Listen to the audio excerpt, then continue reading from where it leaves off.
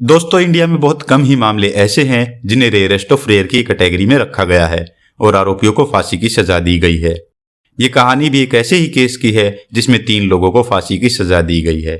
शुरुआत में कुल 4 लोगों को आरोपी बनाया जाता है, जिनमें से बाद में एक सरकारी गवाह बन जाता है और उसे कोर्ट की सुनवाई पूरी होने के बाद बरी कर दिया जाता है। इस केस का मुख्य आरोपी सजा सुनाए जाने के बाद रोते रोते नीचे गिर जाता है और बाकी 2 लोग सर झुकाए खड़े थे। वैसे तो लोगों को कोर्ट से बहुत सारी शिकायतें रहती है, लेकिन लोगों ने जब इस केस का फैसला सुना तो तालियों की गड़गड़ाहट से पूरा कोर्ट रूम गूंज उठता है और वो गुनहगार घुटनों पर बैठकर रो रहा था, जो शुरुआत में पुलिस से कह रहा था कि मुझे अफसोस नहीं है मेरे किए का, मुझे आदत हो गई है रेप करने की। तो आदाब, नमस्कार, सत श्री अकाल दोस्तों, स्वागत है आपका क्राइम जगत की सच्ची घटनाओं पर आधारित इस कार्यक्रम में जिसका नाम है एसजे स्टोरी वाला। तो चलिए शुरू करते हैं आज की क्राइम स्टोरी। तो दोस्तों, आज की सच्ची क्राइम स्टोरी है महाराष्ट्र के पुणे से। ये बात है 2009 की। पुणे के काटराज में नैना पुजारी और अभिजीत पुजारी नाम की एक दंपत्ति रहती थी। नैना पुजारी पुणे के खराड़ी में ही सिनेग्रोन नाम की एक आईटी कंपनी में काम करती थी। वो इस कंपनी में एक सॉफ्टवेयर इंजीनियर के पद पर कार्यरत थी। नैना रोज करीब सुबह 7 बजे घर से काम के लिए निकलती थी और लगभग शाम को 7 बजे तक ही घर वापस आ जाया करती थी, बशर्ते कंपनी में काम ज्यादा ना हो और ओवर टाइम ना करना पड़े। लेकिन ओवर टाइम करने के बाद भी 8 से 8:30 बजे तक नैना घर पहुंच ही जाया करती थी।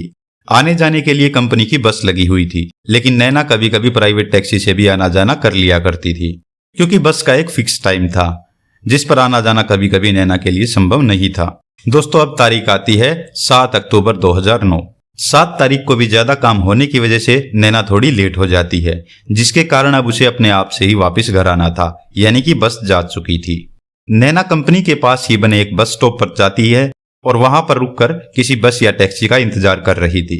तभी पास की ही कंपनी का एक कैब ड्राइवर, जिसका नाम योगेश राउत था, जिसे नैना बहुत अच्छे से जानती थी, वो आता है और नैना को कहता है कि मैडम, मैं आपको घर छोड़ देता हूँ। क्योंकि नैना उसे जानती थी अच्छे से, तो इसलिए वो गाड़ी में बैठने के लिए मान जाती है। योगेश राउत के साथ उसका एक साथी राजेश चौधरी भी बैठा हुआ था। कुछ दूर गाड़ी चलने के बाद उस गाड़ी में योगेश राउत के 2 दोस्त और बैठ जाते हैं, यानी अब गाड़ी में कुल मिलाकर 5 लोग सवार थे, जिनमें से नैना एक थी। कुछ दूर गाड़ी चलने के बाद योगेश ने गाड़ी को नैना की घर की तरफ ले जाने की बजाय दूसरी तरफ घुमा दिया। नैना का घर काटराज में था, लेकिन योगेश ने गाड़ी को राजगुरुनगर की तरफ घुमा दिया था। जैसे ही गाड़ी घूमती है, नैना को इनकी नीयत पर शक होने लगता है और वो कहती है कि गाड़ी रोको और मुझे यहीं उतार दो। लेकिन अब बहुत देर हो चुकी थी। अब ये लोग अपना असली चेहरा दिखाना शुरू करते हैं। अब ये नैना को धमकाना शुरू कर देते हैं। जब नैना मदद के लिए चीखती है तो ये चाकू निकाल लेते हैं, जिसे देखकर नैना डर जाती है। ये लोग नैना के मुंह में कपड़ा ठूस देते हैं ताकि अगर नैना मदद के लिए चिल्लाए तो उसकी आवाज बाहर तक ना चली जाए। इसके बाद ये सब मिलकर नैना के साथ गंदी हरकतें करना शुरू कर देते हैं और एक एक करके उसके सारे कपड़े भी उतार देते हैं। फिर ये लोग गाड़ी को हड़पसर की तरफ ले जाते हैं। वहां के सुनसान रास्तों पर ये गाड़ी घुमाते रहते हैं और बारी बारी से नैना का बलात्कार करते रहते हैं। इन लोगों ने पहले से ही शराब पी रखी थी और अब ये लोग और शराब खरीदते हैं और वो शराब भी पी जाते हैं, जिसके बाद इन्हें भूख लगती है और ये लोग गाड़ी को ढाबे से कुछ दूर खड़ा करके खाना भी खाने चले जाते हैं। लेकिन नैना बिना कपड़ों की थी, उसके मुंह में कपड़ा ठूसा हुआ था और हाथ पैर भी बंधे हुए थे, तो ना तो नैना कहीं भाग सकती थी, ना ही वो मदद के लिए चिल्ला सकती थी। खाना खाने के बाद ये गाड़ी को फिर से सुनसान सड़कों पर घुमाते रहते हैं और आखिरकार जब इनका मन भर जाता है तो ये गाड़ी को राजगुरुनगर के पास जरेवाड़ी फाटी के पास जंगलों में ले जाते हैं। सुनसान इलाका और रात का वक्त, यानी नैना को बचाने वाला वहां पर कोई नहीं था। इसके बाद ये नैना के पहने हुए सारे गहने भी उतार लेते हैं और उसके बैग से उसका डेबिट कार्ड भी निकाल लेते हैं और चाकू दिखाकर नैना से डेबिट कार्ड का पिन भी पता कर लेते हैं। नैना के पास कोई चारा नहीं था, उसे पिन भी बताना ही पड़ता है। अब ये सारे मिलकर फैसला करते हैं कि अब नैना को जिंदा छोड़ना खतरे से खाली नहीं है, तो इसे मार ही देते हैं और यहीं जंगलों में इसकी लाश को फेंक देते हैं। किसी को क्या ही पता चलने वाला है। और इसके बाद ये नैना को मार देते हैं और लाश पहचान में ना आ सके, इसके लिए वो नैना के चेहरे को एक बड़े से पत्थर से बुरी तरह कुचल देते हैं और लाश को जरेवाड़ी के जंगलों में फेंककर बेखौफ होकर वापस चले आते हैं। दूसरी तरफ अभिजीत अपनी पत्नी का घर पर इंतजार कर रहा था, लेकिन जब 8:30-9 बजे तक नैना घर नहीं पहुंचती है तो सबसे पहले अभिजीत नैना के ऑफिस में फोन करता है। तो वहां से उसे जवाब मिलता है कि मैडम तो लगभग 7:30 बजे यहाँ से निकल चुकी है। इसके बाद अभिजीत नैना के सारे दोस्तों को फोन करता है और अपने रिश्तेदारों को फोन करता है और उनसे भी यही सवाल करता है, क्या तुम्हारे पास नैना आई है? तो उन सब का भी यही जवाब होता है कि नहीं, हमारे पास नैना नहीं आई है। और नैना का फोन नंबर भी बंद आ रहा था। जब 10 बजे तक नैना की कोई खोज खबर नहीं मिलती और उसका फोन नंबर लगातार बंद आ रहा था, तो अभिजीत को उसकी चिंता सताने लगती है। आखिरकार अभिजीत रात को 12 बजे के करीब पुलिस स्टेशन पहुंचता है और वहां के लोकल पुलिस स्टेशन येरवड़ा में नैना पुजारी के गुम होने की रिपोर्ट दर्ज करवाते हैं। लेकिन सारी रात तलाश करने के बाद भी नैना का कोई अता पता नहीं मिलता और उसका फोन नंबर भी लगातार बंद आ रहा था। अगले दिन भी नैना की तलाश जारी थी, लेकिन नैना का कोई अता पता नहीं मिल पा रहा था। आखिरकार अभिजीत पुजारी के नंबर पर एक मैसेज आता है। ये मैसेज था नैना के अकाउंट से पैसे निकलने का। जो डेबिट कार्ड महेश राउत और उसके दोस्त लेकर गए थे, वो उससे नैना के अकाउंट से पैसे निकाल लेते हैं। जिसके बाद अभिजीत पुजारी ये खबर पुलिस को देते हैं और पुलिस बैंक में फोन करके पता लगा लेती है कि ये पैसे विमान नगर और कल्याणी नगर से निकाले गए थे। जिसके बाद पुलिस विमान नगर और कल्याणी नगर के एटीएम में जाती है और वहां पर लगी सीसीटीवी की फुटेज निकालती है, जिसमें योगेश राउत और उसके साथियों का चेहरा बिल्कुल साफ कैद हो चुका था। अब पुलिस को पहली कड़ी मिल चुकी थी। जिसके बाद पुलिस सिनेक्रॉन कंपनी में जाती है। पुलिस जब सिनेक्रॉन कंपनी के आसपास लगे हुए सीसीटीवी की फुटेज निकालती है, तो उनमें भी साफ दिखाई दे रहा था कि उस रात करीब 7:30 बजे नैना बाहर की तरफ बस स्टॉप पर जा रही थी, जिससे ये कंफर्म हो गया था कि नैना को बस स्टॉप से ही गाड़ी में बिठाया गया था। जिसके बाद पुलिस योगेश राउत और राजेश चौधरी को गिरफ्तार कर लेती है और एक हफ्ते के अंदर ही बाकी 2 आरोपी यानी विश्वास कदम और महेश ठाकुर को भी गिरफ्तार कर लिया जाता है। योगेश पास की एक कंपनी में कैब ड्राइवर था और उसी कंपनी में राजेश सिक्योरिटी गार्ड का काम करता था। महेश और विश्वास कदम योगेश के दोस्त थे।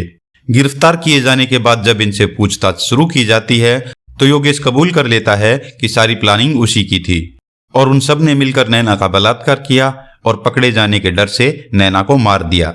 लेकिन पुलिस को असली झटका तब लगता है जब योगेश राउत कहता है कि मुझे मेरे किए का कोई अफसोस नहीं है, मुझे अब आदत हो गई है रेप करने की। जब पुलिस के द्वारा योगेश राउत का पुराना रिकॉर्ड खंगाला जाता है, तो उन्हें पता चलता है कि इसके ऊपर तो पहले से ही कई छेड़खानी, मारपीट और बलात्कार के मामले चल रहे हैं।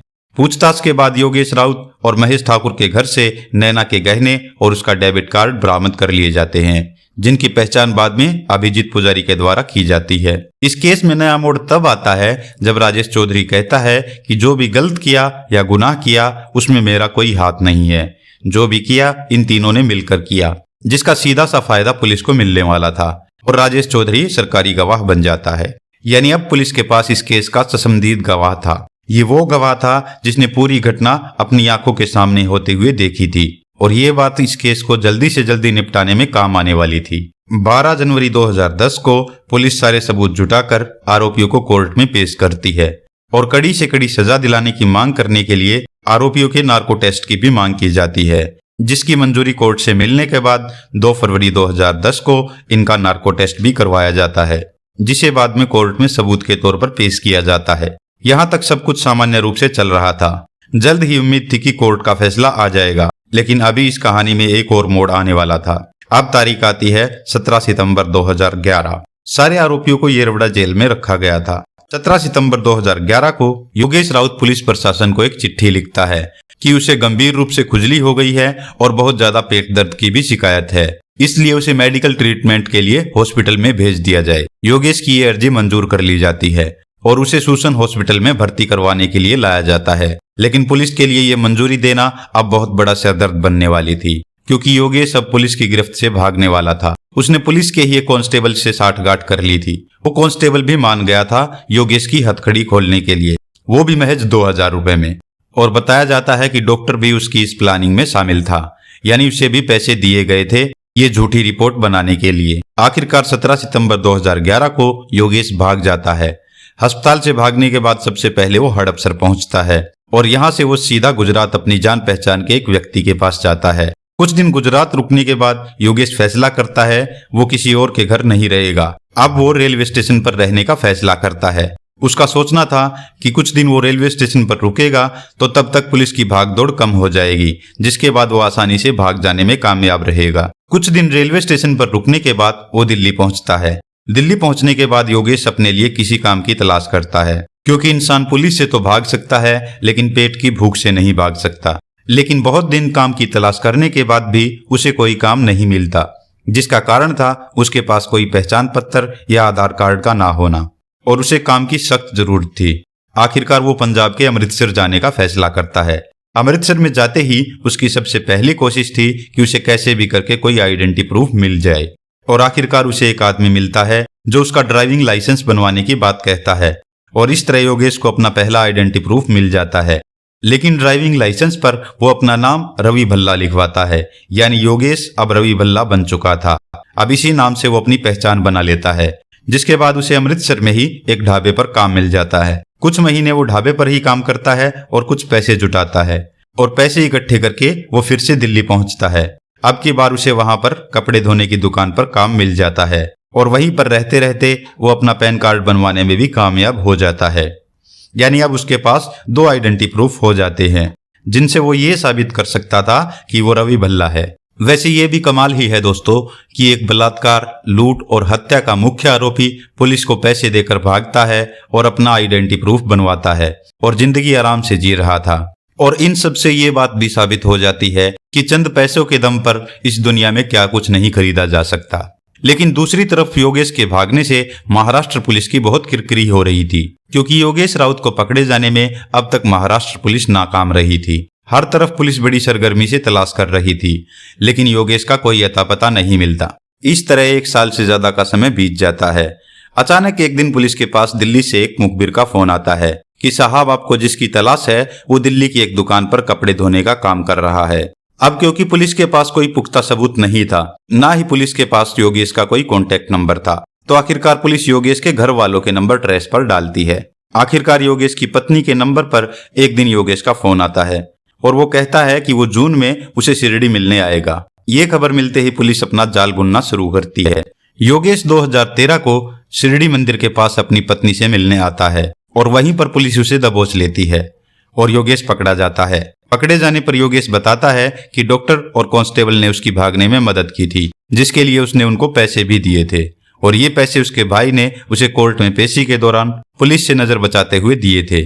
वो बताता है कि 1 साल के दौरान वो अपनी पत्नी से मिलने करीब 3-4 बार महाराष्ट्र भी गया था। ये सारा प्लान उसने तब बनाया था जब उसके वकील ने कहा कि अब तुम्हारे बचने का कोई रास्ता नहीं है, तुम्हारे पास एक ही रास्ता है अगर तुम्हें खुद को बचाना है तो, और वो है कहीं दूर भाग जाना और एक नए नाम से अपनी जिंदगी शुरू करना। आखिरकार इन सब पर अब दोबारा से कोर्ट की सुनवाई शुरू होती है। लगभग 4 साल के बाद कोर्ट की तरफ से 2017 में फैसला दिया जाता है कि योगेश राउत, विश्वास कदम और महेश ठाकुर ने नैना पुजारी का अपहरण किया, उसका सामान लूटा और बलात्कार करने के बाद उसे मौत के घाट उतार दिया। ये सारे आरोप इन पर साबित होते हैं, जिसका चश्मदीद गवाह था राजेश चौधरी। अब तारीख आती है 9 मई 2017, यानी आज कोर्ट को अपना फैसला सुनाना था। क्योंकि कोर्ट आरोप साबित होने के बाद 2-3 दिन के बाद अपनी सजा सुनाने का काम करता है। LL येनकर की अदालत में आखिरी बहस शुरू होती है। विशेष लोक अभियोजक हर्षद, जो नैना की तरफ से केस लड़ रहे थे, उनका कहना था कि सभी साक्ष्य हमारे पक्ष में है, तो इस केस को रेयरेस्ट ऑफ रेयर की कैटेगरी में रखा जाना चाहिए और इसी को ध्यान में रखते हुए कोर्ट को अपना फैसला सुनाना चाहिए। बचाव पक्ष के वकील बीजू अल्लूर का कहना था, दोषी ठहराए जाने के बाद अभियोजन पक्ष अपराध पूरी तरह साबित नहीं कर पाया है, इसलिए हम चाहेंगे कि दोषियों को कम से कम सजा दी जाए। अब कोर्ट में दोनों पक्षों की सुनवाई पूरी हो चुकी थी। आखिरी बार दलीलें सुनने के बाद न्यायाधीश LL येनकर ने इस केस को रेयरेस्ट ऑफ रेयर की कैटेगरी में रखा और तीनों अपराधियों को मरते दम तक फांसी पर लटकाए जाने की सजा सुनाते हुए कलम तोड़ दी। दफा 366 अपहरण, 376 सामूहिक बलात्कार, 397 हत्या के इरादे से डकैती, 302 हत्या, 404 मृतक की संपत्ति का दुरुपयोग, इन सभी धाराओं में अधिकतम सजा मौत सुनाई, जिसे सुनकर योगेश राउत रोते रोते नीचे गिर जाता है और जमीन पर बैठ जाता है। महेश ठाकुर और विश्वास कदम सर झुकाए हुए जज साहब के सामने खड़े थे, लेकिन अब बहुत देर हो चुकी थी। लेकिन जितने भी लोग कोर्ट रूम में बैठे हुए थे, उन सब ने जैसे ही ये फैसला सुना, उन्होंने खड़े होकर इस फैसले का स्वागत किया और पूरा कोर्ट रूम तालियों की गड़गड़ाहट से गूंज उठा। तो दोस्तों, ये थी कहानी नैना पुजारी की, जिसने एक बार फिर से साबित कर दिया कि महिलाओं के लिए कभी जमाना नहीं बदलने वाला, चाहे वो पुराना समय हो चाहे अब का हो। जब भी हवस के भूखे भेड़ियों के सामने कोई लड़की या औरत आती है तो उसका यही हसर किया जाता है। हर रोज अखबार और न्यूज चैनल इस तरह की खबरों से भरे पड़े रहते हैं। तो दोस्तों, मैं आपसे जानना चाहूंगा कि इस समस्या का क्या समाधान हो सकता है। कैसे इस तरह की घटनाओं को रोका जा सकता है? आप अपने जवाब कमेंट बॉक्स में लिखना ना भूलें। और दोस्तों, ये आपका अपना चैनल है, सब्सक्राइब जरूर कर ले ताकि आने वाले हर वीडियो की नोटिफिकेशन आपको मिलती रहे। तो मिलते हैं आपसे अगले वीडियो में, तब तक के लिए अपना और अपनों का ख्याल रखिए।